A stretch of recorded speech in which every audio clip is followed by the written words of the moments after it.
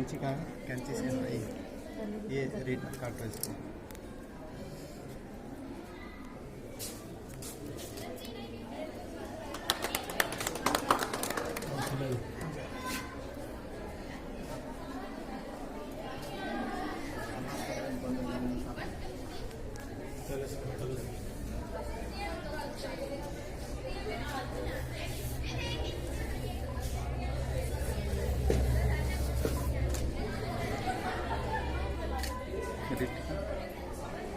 आप आगे जाना पल्ली से।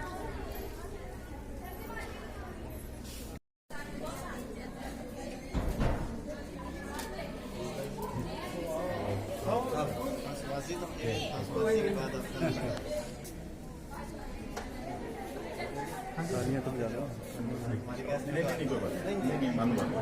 जरूरी है ना।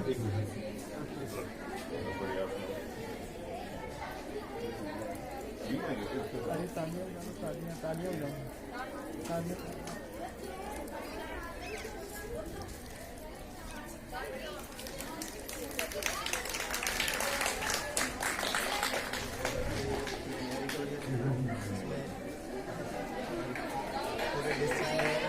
अच्छी कवरेज जो है ना वो आप देते हैं बच्चों को। तो न्यूज़ की कवरेज आती है ना वो सारा का सारा कंट्री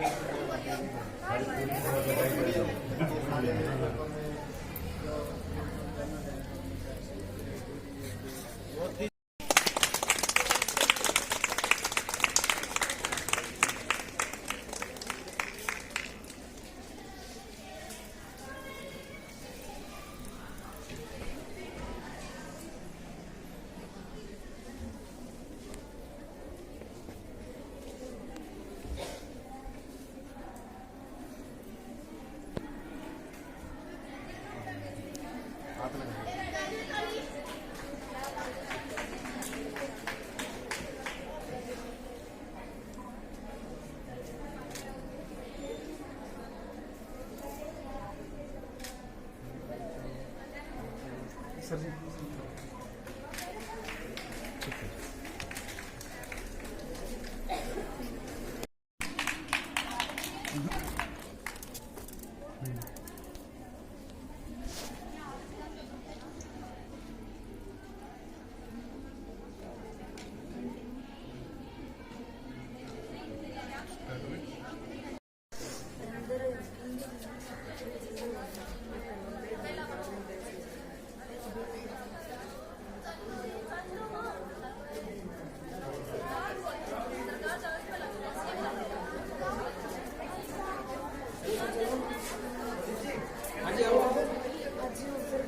आजो आजो आजो करो सरेंडर करो शुरू करो क्या जी।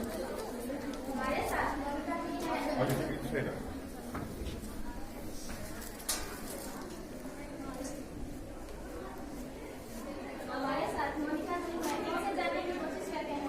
मोनिका जी, लोकसभा का शीतकालीन सत्र शुरू होने जा रहा है, ऐसे में आप सरकार से किस मुद्दे पर बात करेंगे? मुद्दे तो बहुत है। बेरोजगारी दिन रात बढ़ रही है, महंगाई आसमान छू रही है, लेकिन सबसे बढ़कर महिला सुरक्षा का मुद्दा है। आप देख रहे हैं आए दिन हमारी विदेश की बेटियां खतरों से जूझ रही हैं। एक तरफ तो सरकार नारे दे रही है और दूसरी तरफ बेटियों को पढ़ने के लिए स्कूल नहीं है, बीमार हो जाए तो हॉस्पिटल नहीं है, घर से बाहर निकले तो सुरक्षित नहीं है, घर में रहे तो रोजगार नहीं है। ऐसे में बेटियां करें तो क्या करें, इस मुद्दे पर चर्चा की जाए। मैम, इस सदन में सरकार की प्राथमिकताएं क्या होगी? सरकार की क्या तैयारी है? विपक्ष तो सरकार को घेरने के पूरे मूड में है। देखिए, विपक्ष का काम ही है सरकार को घेरना। हमारी प्राथमिकता तो हमेशा देश और देश का विकास रहा है। हम बहुत सी कल्याणकारी योजनाएं लेकर आ रहे हैं। हम विपक्ष से उम्मीद करेंगे कि अपनी राजनीतिक रोटियां सेकने के बजाय कम से कम देश हित के मुद्दों पर सरकार का साथ दे।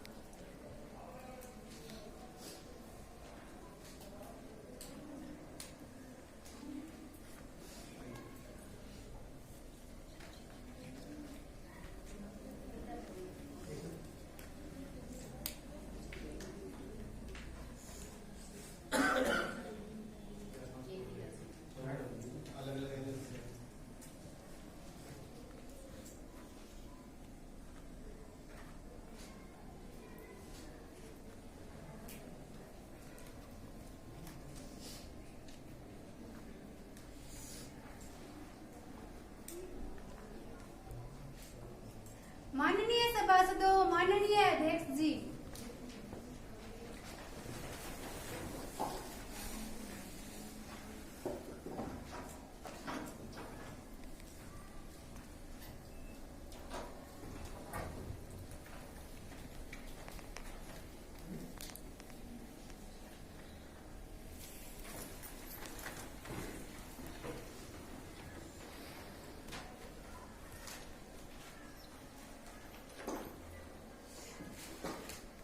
हम सभी इस सेशन को लाभदायक व गुणवत्तापूर्ण बनाने का हर प्रयास करेंगे ताकि हम उस उद्देश्य की पूर्ति कर सकें जिसके लिए देश की 130 करोड़ जनता ने हम पर भरोसा जताया है। साथियों, हमारा कर्तव्य है कि हम इस संसद रूपी मंदिर में बैठकर भारत को नई दिशा देने का हर संभव प्रयास करें। संसद आपसे उम्मीद करती है कि आप सकारात्मक रूप से इस सदन की कार्यवाही से जुड़ेंगे। सदन की आज की कार्यवाही शुरू की जाए। महासचिव जी नए सदस्यों से शपथ ग्रहण करवाएं। मिस पिंकी, जो कि हिसार लोकसभा निर्वाचन क्षेत्र से युवा संसद का सदस्य चुनी गई है, अब शपथ ग्रहण अथवा प्रतिज्ञान करेंगी।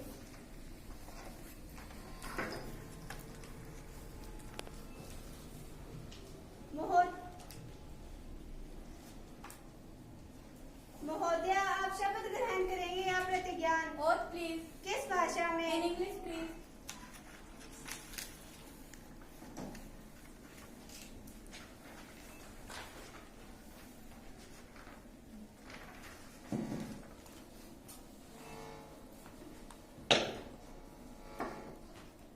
I, Pinky, having been elected as the member of the lower house of the Youth Parliament, do swear in the name of God that I will bear true faith and allegiance to the Constitution of India as by laws established, that I will uphold the sovereignty and integrity of India, and that I will faithfully discharge the duty upon which I am about to enter. Jai Hind.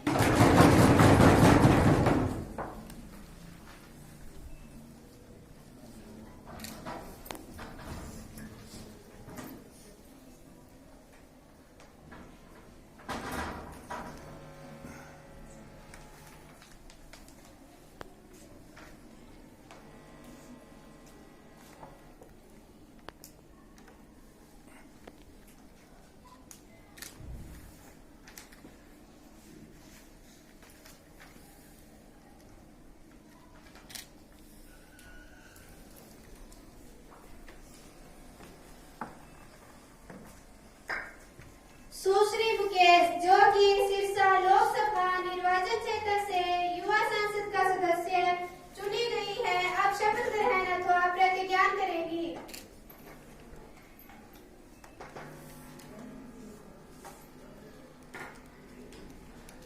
महोदया, आप शपथ ग्रहण करेंगे या प्रतिज्ञान? मैं शपथ ग्रहण करूंगी।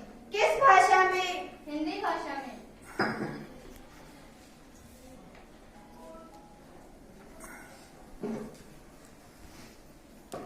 मैं मुकेश, जो युवा संसद का सदस्य निर्वाचित हुई हूँ, ईश्वर की शपथ लेती हूँ कि विधि द्वारा स्थापित भारत के संविधान के प्रति श्रद्धा रखूंगी तथा जिस पद को मैं ग्रहण करने वाली हूँ उसके कर्तव्य का श्रद्धापूर्वक निर्वाह करूंगी। जय हिंद।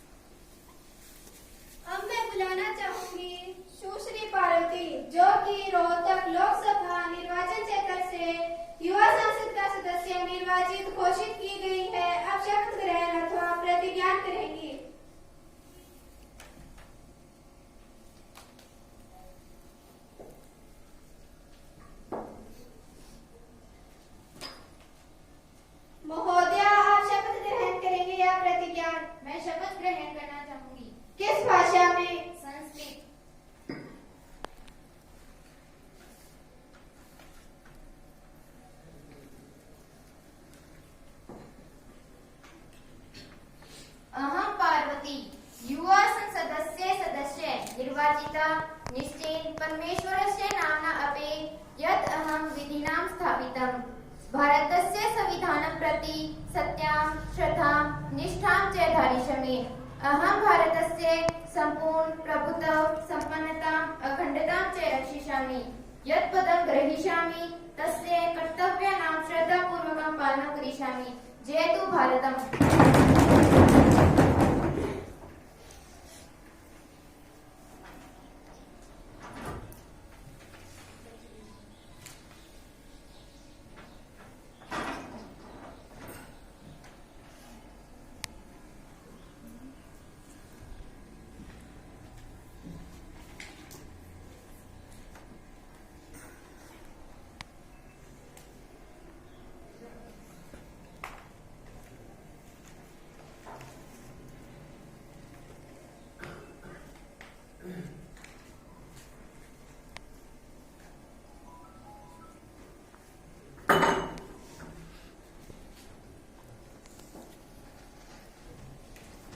माननीय सदस्यगण, क्योंकि आज हम 3 महीने के बाद मिल रहे हैं, अतः इसी दौरान जापान के पूर्व प्रधानमंत्री श्री शिंजो आबे के दुखद निधन के बारे में सदन को सूचित करना मेरा कर्तव्य बनता है। श्री शिंजो आबे अपने देश में सदैव किसानों, श्रमिकों, वंचित वर्ग तथा गरीबों के उत्थान हेतु प्रयत्नशील रहते थे। अपने संपूर्ण कार्यकाल के दौरान जापान और भारत संबंधों को मजबूती प्रदान करने में उनका महत्वपूर्ण योगदान रहा। हम इस युवा संसद में उनको श्रद्धा सुमन अर्पित करते हैं। प्रधानमंत्री जी, मैं श्री शिंजो आबे को अपनी श्रद्धांजलि अर्पित करती हूँ। संविधान के दायरे में रहते हुए दृढ़ और स्वतंत्र निर्णयों हेतु उन्हें सदैव याद रखा जाएगा। समाज के निम्न वर्ग के उत्थान हेतु उनका योगदान प्रशंसनीय है। भारत और जापान के संबंधों को मजबूती प्रदान करने में उनका महत्वपूर्ण योगदान रहा है। अध्यक्ष महोदय, मैं उनके परिवार के प्रति अपनी गहरी संवेदनाएं व्यक्त करती हूँ। अध्यक्ष महोदय, मैं हाल ही में गुजरात के मोरबी में हुई पुल दुर्घटना में मारे गए लोगों के प्रति भी अपनी गहरी संवेदनाएं व्यक्त करती हूँ। यह घटना बहुत ही दुखद थी। इसने कुछ ही पलों में बहुत सारे घरों के चिरागों को बुझा दिया। मैं उन सभी के परिवारों के प्रति अपनी गहरी संवेदनाएं व्यक्त करती हूँ। आदरणीय अध्यक्ष महोदय, मैं स्वर्गीय शिंजो आबे, जिनके अकस्मात मृत्यु से हम सभी बहुत आहत हैं, के प्रति अपनी संवेदनाएं व्यक्त करती हूँ। वे एक वैश्विक नेता और बहुत अच्छे प्रशासक थे। उन्होंने अपने जीवन को जापान और दुनिया को बेहतर बनाने में समर्पित कर दिया। वे अभी भारत जापान एसोसिएशन के अध्यक्ष बने थे। मैं उनके परिवार के प्रति अपनी संवेदनाएं व्यक्त करती हूँ। अध्यक्ष महोदय, गुजरात पुल हादसे में मारे गए लोगों के प्रति अपनी संवेदनाएं प्रकट करती हूँ। Secretary General, send the condolence to the bereaved family. Yes, madam. Honorable members, now we shall observe 2 minutes of silence to pay homage to the departed souls.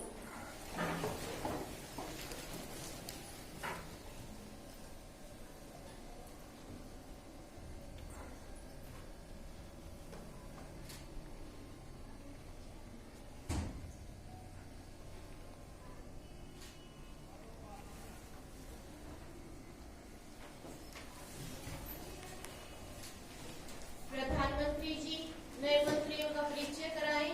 अध्यक्ष महोदय, मैं आपके व आपके माध्यम से अपने साथियों का सदन में परिचय करवाने जा रही हूँ। सुश्री ममता, कृषि मंत्री। सुश्री प्रीति, संसदीय कार्य मंत्री।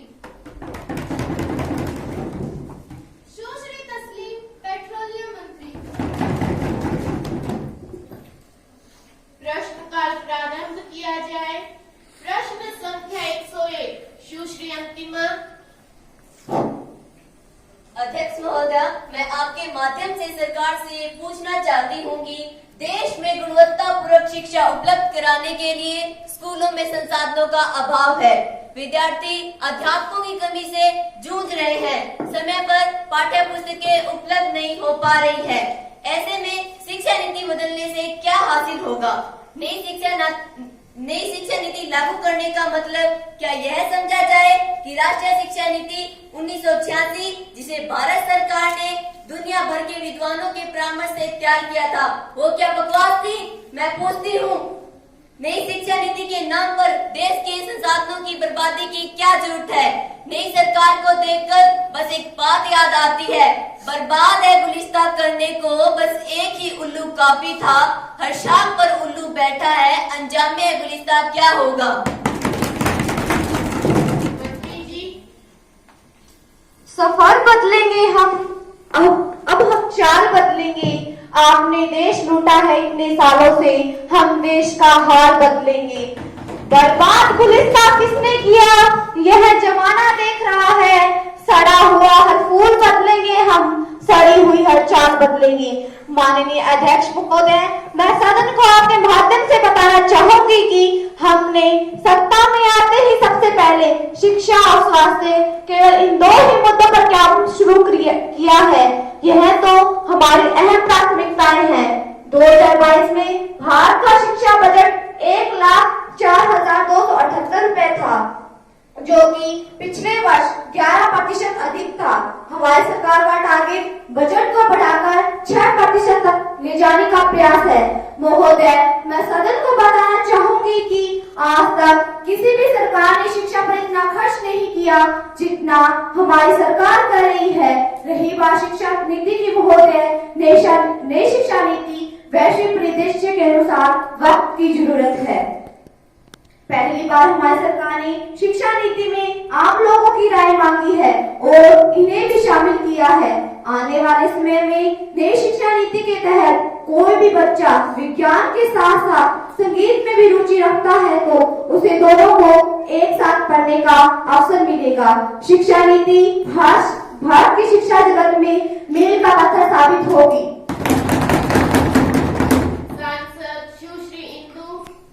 आदरणीय अध्यक्ष महोदय, नई शिक्षा नीति को लागू करने के बारे में मैं पूछना चाहती हूँ, क्या शिक्षा मंत्री यह बताने का कष्ट करेंगे कि नई शिक्षा नीति को कितने राज्यों में लागू कर दिया गया है, कितने राज्यों ने नई शिक्षा नीति को अभी तक लागू नहीं किया है?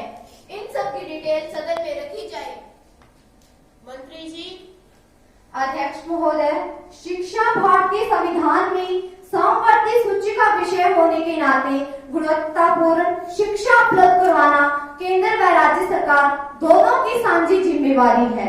नई शिक्षा नीति को लागू करने के लिए विभिन्न राज्य और केंद्र सरकारों को सामंजस्य के साथ मिलकर आगे बढ़ना होगा। नई शिक्षा नीति को लागू करने के लिए सभी राज्य और केंद्र शासित प्रदेशों की सरकारों को आवश्यक दिशा निर्देश जारी कर दिए गए हैं और इसे शीघ्र ही देश के सभी भागों में लागू कर दिया गया है।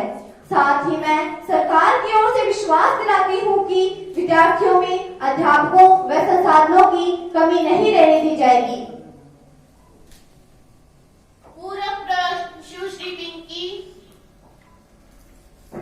माननीय अध्यक्ष जी, रूस यूक्रेन संकट ने भारत में मेडिकल की पढ़ाई की पोल खोल कर रख दी है। बड़ी संख्या में भारतीय बच्चों को मेडिकल की पढ़ाई करनी पड़ती है। क्यों? क्योंकि भारत में मेडिकल की पढ़ाई करना एक मध्य वर्गीय परिवार के बच्चे के लिए बहुत कठिन है। अगर मेडिकल कॉलेजों में फीस की बात करें तो सरकार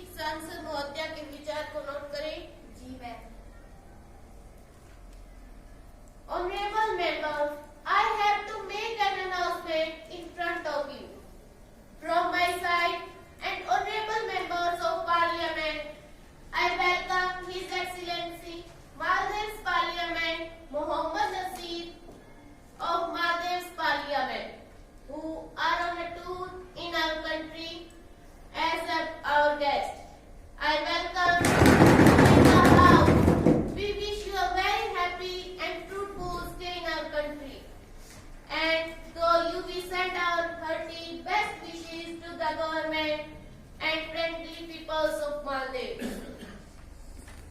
क्वेश्चन आर इज कंटिन्यू। प्रश्न संख्या 102 मिस दीपांशी। माननीय अध्यक्ष जी, क्या माननीय रक्षा मंत्री जी बताएंगे कि सरकार ने देश की जनता को हर साल 1 करोड़ नए रोजगार देने का वादा किया था, लेकिन सरकार की अग्निपथ योजना देश के युवाओं को रोजगार देने की बजाय उनका मजाक उड़ाने जैसी योजना है। क्या यह देश के युवाओं के साथ अन्याय नहीं है? रक्षा मंत्री जी। माननीय अध्यक्ष जी, मैं आपके माध्यम से सदन में स्पष्ट करना चाहूंगी कि सरकार रोजगार के नए अवसर उत्पन्न करके प्रति वर्ष 1 करोड़ नए रोजगार प्रदान करने के अपने वादे पर आज भी कायम है। सेना की औसत आयु आदर्श स्तर तक कम करने हेतु लागू की जा रही अग्निपथ योजना इसी संकल्प को आगे बढ़ाने की तरफ एक कदम है। इस योजना के तहत प्रत्येक वर्ष 46,000 युवाओं को सेना में सेवा करने का अवसर मिलेगा। इस योजना के माध्यम से अत्यधिक बेरोजगार युवाओं को रोजगार के अवसर देना ही सरकार की प्राथमिकता है। मैं मंत्री जी से गुजारिश करूंगी कि संसद को आंकड़े मत गिनाइए। देश के गरीब, मजदूर, किसान व बेरोजगार को रोटी चाहिए, उसके हाथ को काम चाहिए। उसे आंकड़े समझ में नहीं आते, उसे सीधी बात समझ में आती है और वो यह है कि उसकी जेब से क्या निकल रहा है और उसके बदले में उसे क्या मिल रहा है। आज आपने दूध, दही, छाछ, दही, घी, कॉपी, किताबें आदि सभी चीजों पर जीएसटी लगा दिया है। आज सिर्फ गरीब की सांस लेने पर जीएसटी बाकी है। अब एक काम कीजिए कि गरीब की सांस पे भी आप जीएसटी लगा दीजिए।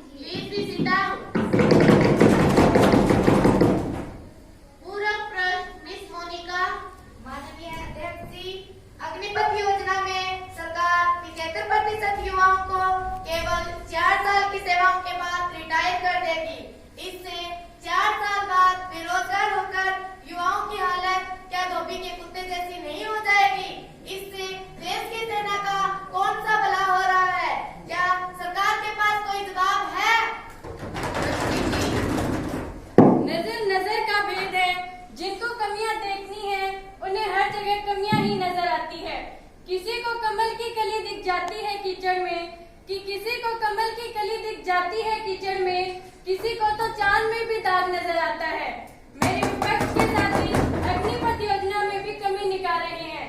माननीय अध्यक्ष जी, मैं आपके माध्यम से सदन में ये बताना चाहूंगी कि अग्निपथ योजना के अंतर्गत भर्ती होने वाले युवाओं के भविष्य को लेकर सरकार गंभीर है। इस योजना के अंतर्गत 4 साल के सेवा कार्य पूर्ण होने के उपरांत भी उत्कृष्ट प्रदर्शन करने वाले 25% युवाओं को सेना में अपनी सेवाएं आगे जारी रखने का अवसर मिलेगा।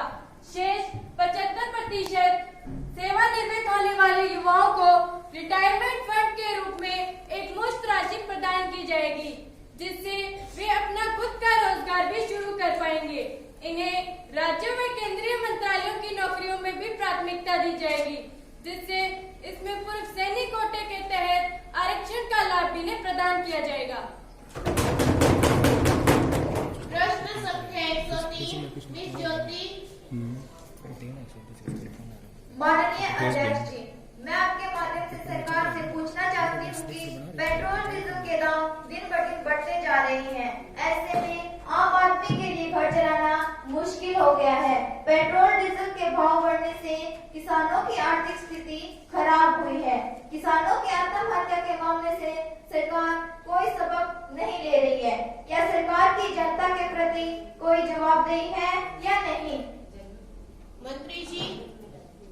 माननीय अध्यक्ष जी, मैं सदन में स्पष्ट करना चाहती हूँ कि हम सभी जानते हैं पेट्रोल डीजल के लिए हम पूरी तरह से आयात पर निर्भर हैं। हमारे देश में पेट्रोल डीजल के भाव दुनिया के बहुत से विकसित राष्ट्रों से बहुत कम है। अध्यक्ष जी, सरकार ने अभी हाल ही में डीजल के भाव में 10 रुपए प्रति लीटर व पेट्रोल के दामों में 7 रुपए प्रति लीटर तक की कमी की है। अध्यक्ष जी, सरकार पेट्रोल डीजल के भाव में निर्भरता कम करने के लिए ऊर्जा के वैकल्पिक स्रोतों में निवेश कर रही है। पवन ऊर्जा, सौर ऊर्जा, ताकि पर्यावरण को होने वाले नुकसानों से भी बचाया जा सके। प्रश्न संख्या 104 मिस विजयलक्ष्मी। माननीय अध्यक्ष जी, संसद की अनुमति से महिला सुरक्षा विधेयक 2005 पारित किया गया था, लेकिन क्या यह विडंबना नहीं है कि महिलाओं के पक्ष में इतने कानून होने के बावजूद देश में कहीं निर्भया रो रही है तो देश के किसी कोने में श्रद्धा के 35 टुकड़े हो रहे हैं। तो देश को बताइए कि कमी कहाँ है? आपका कानून ही कमजोर है या कानून को लागू करने वाले? इसकी जवाबदेही किसकी है? मंत्री जी, सरकार जवाब दे। अध्यक्ष जी, मैं आपके माध्यम से बताना चाहूंगी कि कोई भी कानून अपने आप में तब तक प्रभावी नहीं हो सकता जब तक कि लोगों की सोच में बदलाव नहीं आता। इसके लिए हमें समाज में एक क्रांतिकारी आंदोलन की जरूरत है और इसकी शुरुआत हमें खुद से करनी होगी। महिला संरक्षण विधेयक 2005 महिलाओं को घरेलू हिंसा के खिलाफ कानूनी रूप से मजबूत बनाता है और उनका सशक्तिकरण निश्चित रूप में महिलाओं को समान अधिकार देता है। मैं सदन के सदस्यों को आश्वस्त करना चाहती हूँ कि हमारी सरकार महिलाओं के उत्थान के लिए पूरी तरह से प्रतिबद्ध है। सरकार द्वारा चलाई जा रही बेटी बचाओ बेटी पढ़ाओ जैसी योजनाएं इसी दिशा में सरकार की मंशा को जाहिर करती है ताकि वे समाज में पुरुषों के साथ कदम मिलाकर चल सके। प्रश्न संख्या 105 मिस एकता। माननीय अध्यक्ष जी, मैं सरकार से पूछना चाहती हूँ कि आए दिन हमारे देश के सैनिकों के पार्थिव शरीर तिरंगे में लिपटकर कश्मीर से दिल्ली आ रहे हैं। आप भी तो दिल्ली में बैठे हैं, क्या आपको ये दिखाई नहीं देता कश्मीर में घुसपैठ का कोई हल सरकार के पास है या नहीं? पाकिस्तान और चीन कब तक हमें आंख दिखाते रहेंगे? विश्व स्तर पर भारत की छवि खराब हो रही है, विदेश नीति फ्लॉप हो रही है। मैं सरकार से पूछना चाहती हूँ कि ये तो हाथ पर हाथ रख कर बैठे हैं। गृह मंत्री जी। माननीय अध्यक्ष जी, मैं विपक्ष के साथियों से अनुरोध करती हूँ कि वे शहीदों के शवों पर राजनीति करना बंद करें।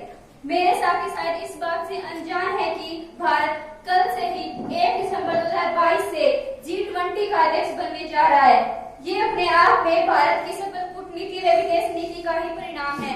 हमने अपनी कूटनीति के दम पर ही पाकिस्तान को विश्व से अलग थलग कर दिया है। अध्यक्ष महोदया, मैं आपके माध्यम से मेरे विपक्षी साथी से अपील करूंगी कि घटिया राजनीति का चश्मा उतार कर देखेंगे तो भारत विश्व पटल पर चमकता दिखाई देगा। Supplementary question 1 miss Nirmala.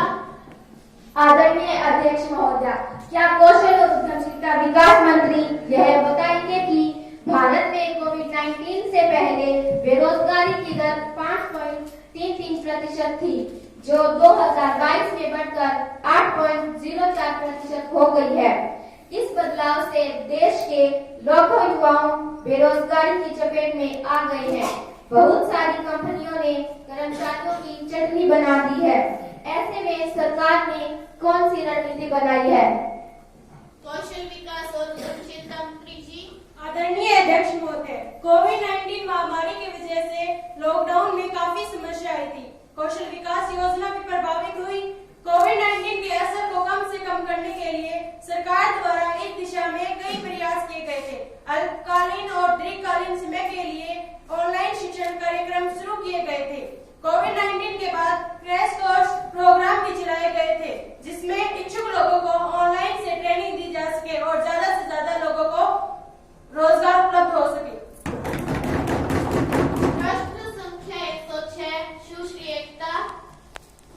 माननीय अध्यक्ष जी, मैं आपके माध्यम से संसदीय कार्य मंत्री से पूछना चाहती हूँ कि संसदीय मंत्रालय द्वारा आयोजित की जा रही युवा संसद प्रतियोगिता का क्या उद्देश्य है?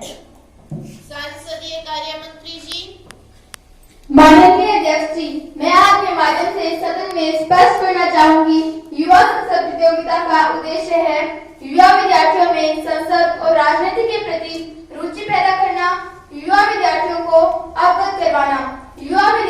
अवगत करवाना कि कैसे सांसद जनता की समस्या को सदन के सामने रखते हैं और लोगों को जागरूक बनाते हैं। पिंकी जी स्थगन प्रस्ताव पर सदन में अनुमति मांग सकती हैं।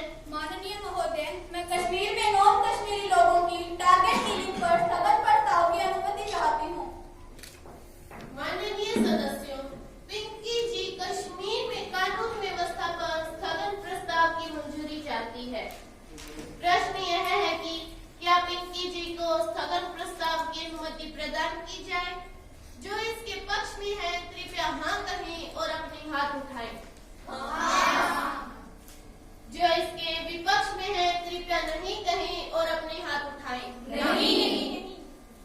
स्थगन प्रस्ताव के लिए जरूरी है 50 सदस्य इसके पक्ष में नहीं है, अतः अनुमति प्रदान नहीं की जा सकती। प्रश्न काल पुनः प्रारंभ किया जाए। प्रश्न संख्या 107 मिस पार्वती। माननीय अध्यक्ष जी, मैं सरकार से पूछना चाहती हूँ कि आज देश के कोने कोने से सरकारी कर्मचारी पुरानी पेंशन योजना की मांग उठा रहे हैं। देश में समय समय पर कर्मचारी अपनी मांग हेतु आंदोलन धरना प्रदर्शन कर रहे हैं। अध्यक्ष जी, ध्यान देने योग्य बात यह है कि देश में पंजाब, छत्तीसगढ़, राजस्थान से ही अन्य कई राज्यों ने पुरानी पेंशन योजना को लागू कर दिया है। मैं सरकार से जानना चाहती हूँ कि जहाँ एक संसद या विधानसभा का सदस्य एक बार निर्वाचित होने के बाद पेंशन सहित अन्य कई सरकारी लाभों का हकदार हो जाता है, तो क्या एक कर्मचारी जो अपनी सारी जिंदगी देश के लिए लगा देता है, क्या वो पेंशन का हकदार नहीं है? यदि सरकार की पुरानी पेंशन योजना लागू करने की कोई योजना है, यदि हाँ तो डिटेल सदन में रखी जाए। माननीय अध्यक्ष जी, मैं आपके माध्यम से सदन में स्पष्ट करना चाहती हूँ कि सरकार द्वारा कर्मचारियों को हितों को ध्यान में रखते हुए पुरानी पेंशन योजना की जगह नई पेंशन योजना को लागू किया गया है, ताकि कर्मचारियों को उनकी सेवा के बदले उचित आर्थिक लाभ व सामाजिक सुरक्षा मिल सके। अध्यक्ष जी, सरकार कर्मचारियों के देश के प्रति मेहनत का सम्मान करती है। सरकार ने कर्मचारियों के खातों में सरकारी शेयर 10% से बढ़ाकर 16% कर दिया है। प्रश्न संख्या 108 मिस प्रियंका। आदरणीय अध्यक्ष महोदय, मैं स्वास्थ्य मंत्री जी से यह जानना चाहती हूँ कि हाल ही में देश में गायों में एक जानलेवा बीमारी लंपी डिजीज फैली हुई है, जिससे हजारों की संख्या में पशुधन की मौत हो रही है, जिससे देश में दूध उत्पादन की भारी गिरावट के साथ किसानों की आर्थिक स्थिति बहुत खराब हो गई है। देश का किसान जो पहले से ही गरीबी में जी रहा है, इस बीमारी ने उनकी कमर तोड़ दी है। मैं सरकार से यह जानना चाहती हूँ कि सरकार ने इस बीमारी की रोकथाम के क्या कदम उठाए हैं, बीमारी की वजह से हुए आर्थिक नुकसान की भरपाई की दिशा में क्या किया जा रहा है। आदरणीय अध्यक्ष जी, मैं सदन को यह बताना चाहती हूँ कि सरकार हर तरह की समस्याओं से निपटने के लिए गंभीर है। जैसे ही इस बीमारी को स्वास्थ्य विभाग द्वारा नोटिस किया गया है, आवश्यक दिशा निर्देश संबंधी विभागों को जारी कर दिए गए थे। अब विभाग द्वारा गायों की वैक्सीन का कार्य भी पूरा कर लिया गया है। अब रोग पूरी तरह से नियंत्रण में आ गया है। पशुपालकों को मुआवजा देने के लिए हुए नुकसान के आकलन हेतु कमेटी गठित कर दी गई है। उसके दिशा निर्देशों के आधार पर आगामी कार्यवाही की जाएगी। माननीय युवा सांसद सुश्री मुस्कान, सुश्री प्रीति, सुश्री इंदु, माननीय प्रधानमंत्री जो राष्ट्रीय आपदा प्रबंधन के अध्यक्ष भी हैं, का ध्यान देश के विभिन्न भागों में आ रही बाढ़ की ओर आकर्षित करेंगे। मिस मुस्कान। आदरणीय अध्यक्ष महोदय, पिछले कई सालों से भारत ने बड़े स्तर पर प्राकृतिक आपदाओं का सामना किया है, चाहे 1999 में उड़ीसा में आया चक्रवात हो या 2001 में गुजरात में आया विनाशकारी भूकंप। इनकी वजह से बहुत सारी जानें गई और बहुत सारा आर्थिक नुकसान हुआ है। या अभी हाल ही में 2021 में चक्रवात और अप्रैल 2021 में ही असम में आया विनाशकारी भूकंप। मैं आपके माध्यम से आदरणीय प्रधानमंत्री जी से पूछना चाहूंगी कि क्या सरकार ने इस तरह के विनाश से बचने के लिए कोई ठोस कदम उठाए हैं? Prime minister please. आदरणीय अध्यक्ष महोदय, मैं विपक्ष दल के साथी से पूरी तरह सहमत हूँ। प्राकृतिक आपदाएं किसी भी प्राकृतिक आपदाएं मानव जीवन की शुरुआत से ही घटित होती रही हैं। प्राकृतिक आपदाओं का किसी भी स्थान पर बार बार आना जन धन की हानि का कारण बनता है। प्राकृतिक आपदाएं, इसे तुरंत प्रभाव से रोके जाने की आवश्यकता है। मैं सदन को यह बताना चाहूंगी कि प्राकृतिक आपदाओं को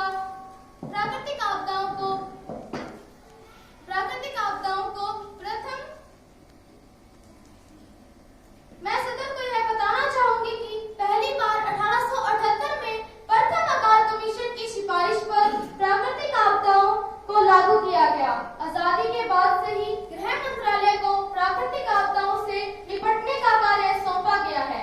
इस योजना का मुख्य उद्देश्य प्राकृतिक आपदा मुक्त देश बनाना है तथा प्राकृतिक आपदाओं से होने वाले नुकसान को कम से कम करना है।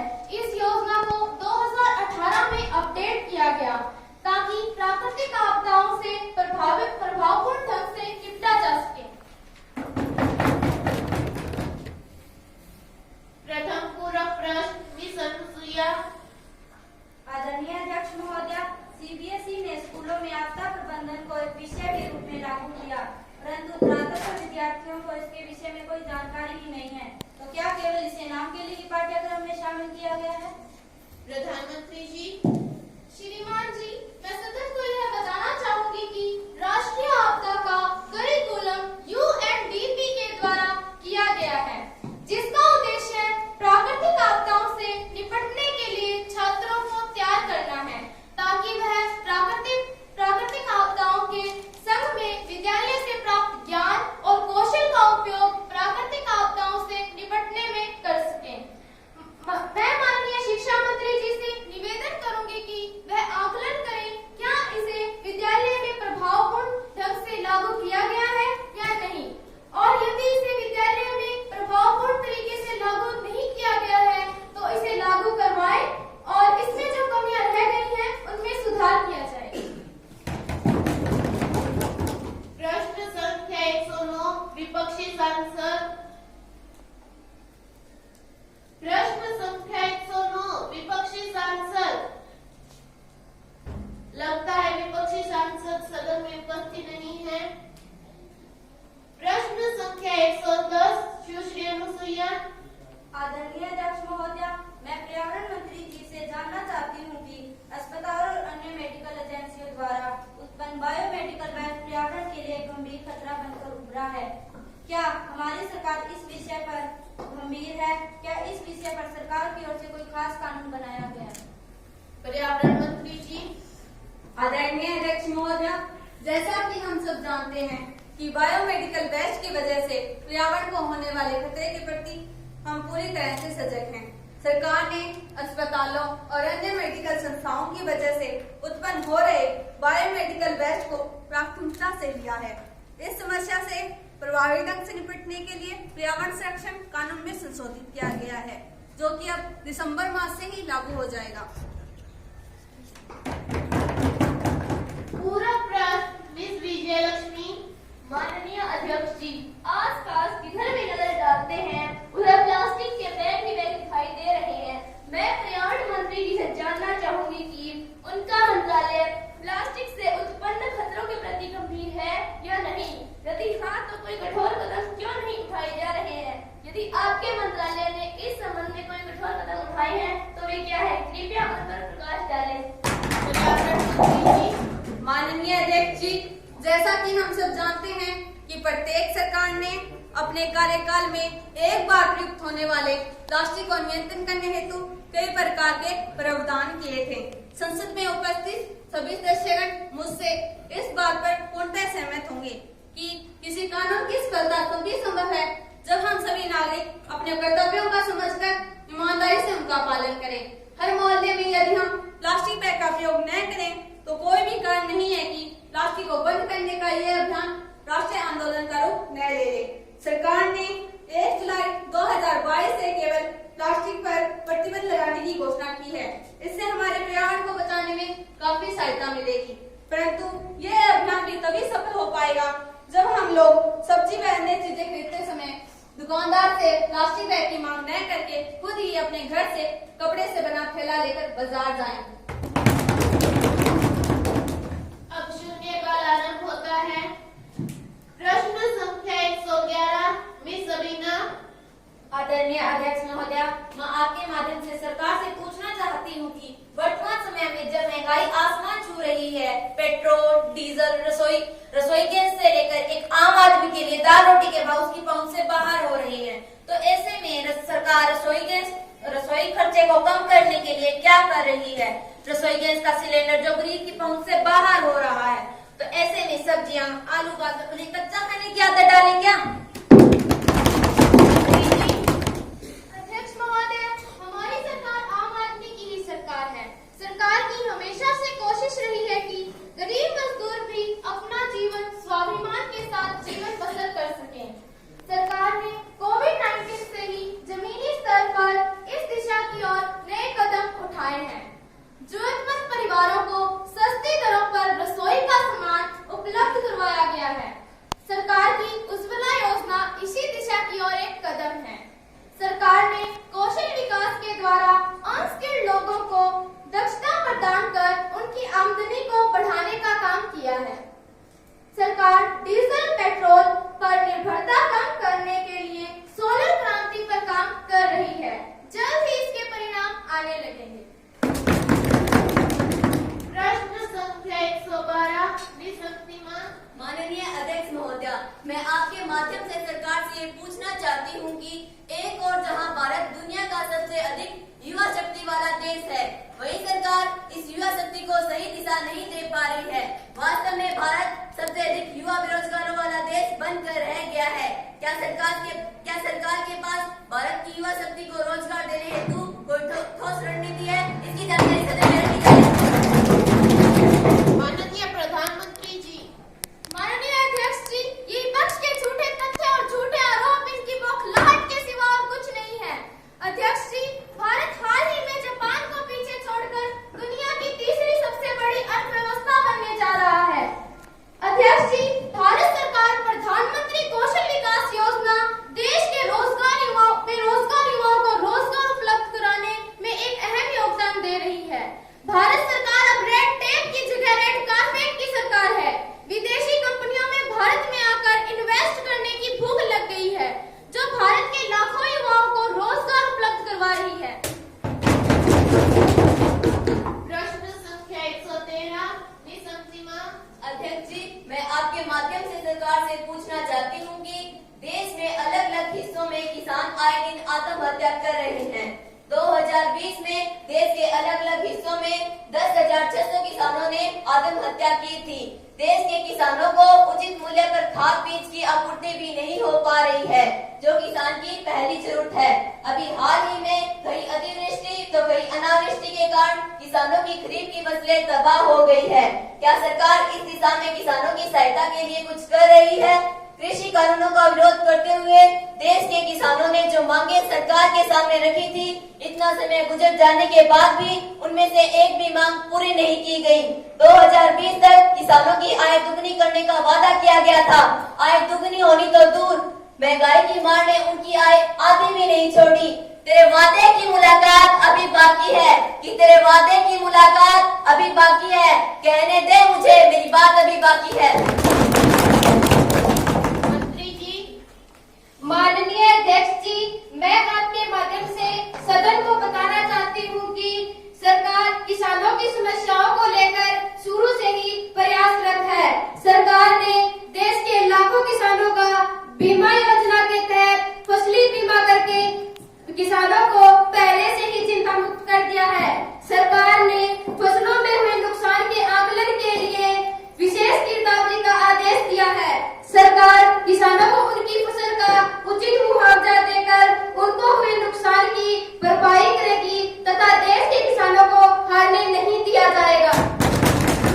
माननीय अध्यक्ष जी, अभी माननीय कृषि मंत्री ने ये बताया है कि सरकार ने देश के लाखों किसानों का फसल बीमा योजना के तहत फसली बीमा करके किसानों को चिंता मुक्त कर दिया है। मैं सदन को बताना चाहूंगी कि फसली बीमा करके किसानों को चिंता मुक्त नहीं किया गया है, बल्कि किसानों की बीमा रजामंदी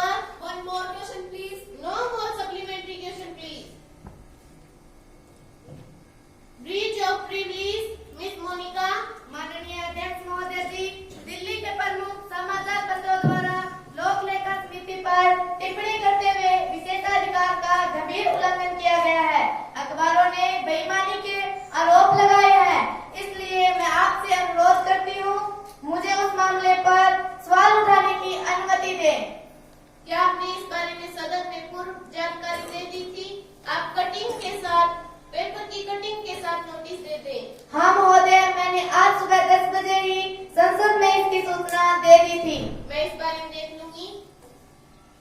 papers to be late.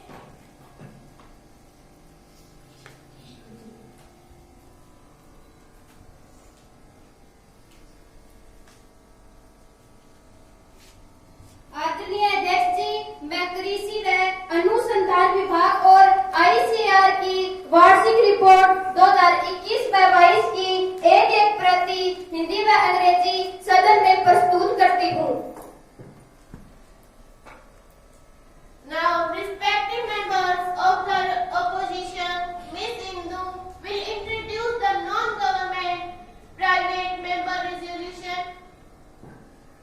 Respected Speaker Madam, I beg to move for leave to introduce a bill further to amend EPF and Miscellaneous Provision Act 1952.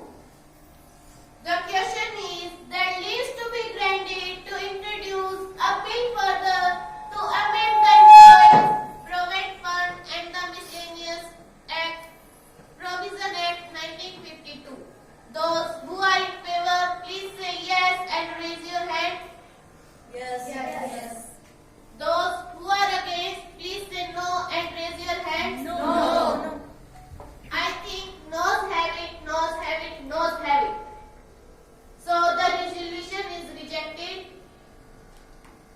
अब सदन में weapons of mass destruction bill पर विचार किया जाएगा। Minister of external affair miss Tanisha. माननीय अध्यक्ष जी, मुझे weapons of mass destruction bill संबंधी विधेयक 2022 को पुनर्स्थापित करने की अनुमति प्रदान की जाए। Weapons of mass destruction bill संबंधी संशोधन विधेयक 2022 को पुनर्स्थापित करने की अनुमति प्रदान की जाए। जो इसके पक्ष में है कृपया हाँ कहें और अपने हाथ उठाएं। जो इसके विपक्ष में है कृपया नहीं कहें और अपने हाथ उठाएं। नहीं। मैं समझती हूँ कि हाँ का बहुमत है, हाँ का बहुमत है, हाँ का बहुमत है। अतः अनुमति दी जाती है।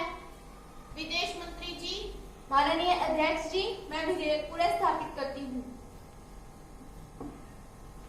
अब सदन में weapons of mass destruction bill विधेयक पर विचार किया जाएगा। विदेश मंत्री जी।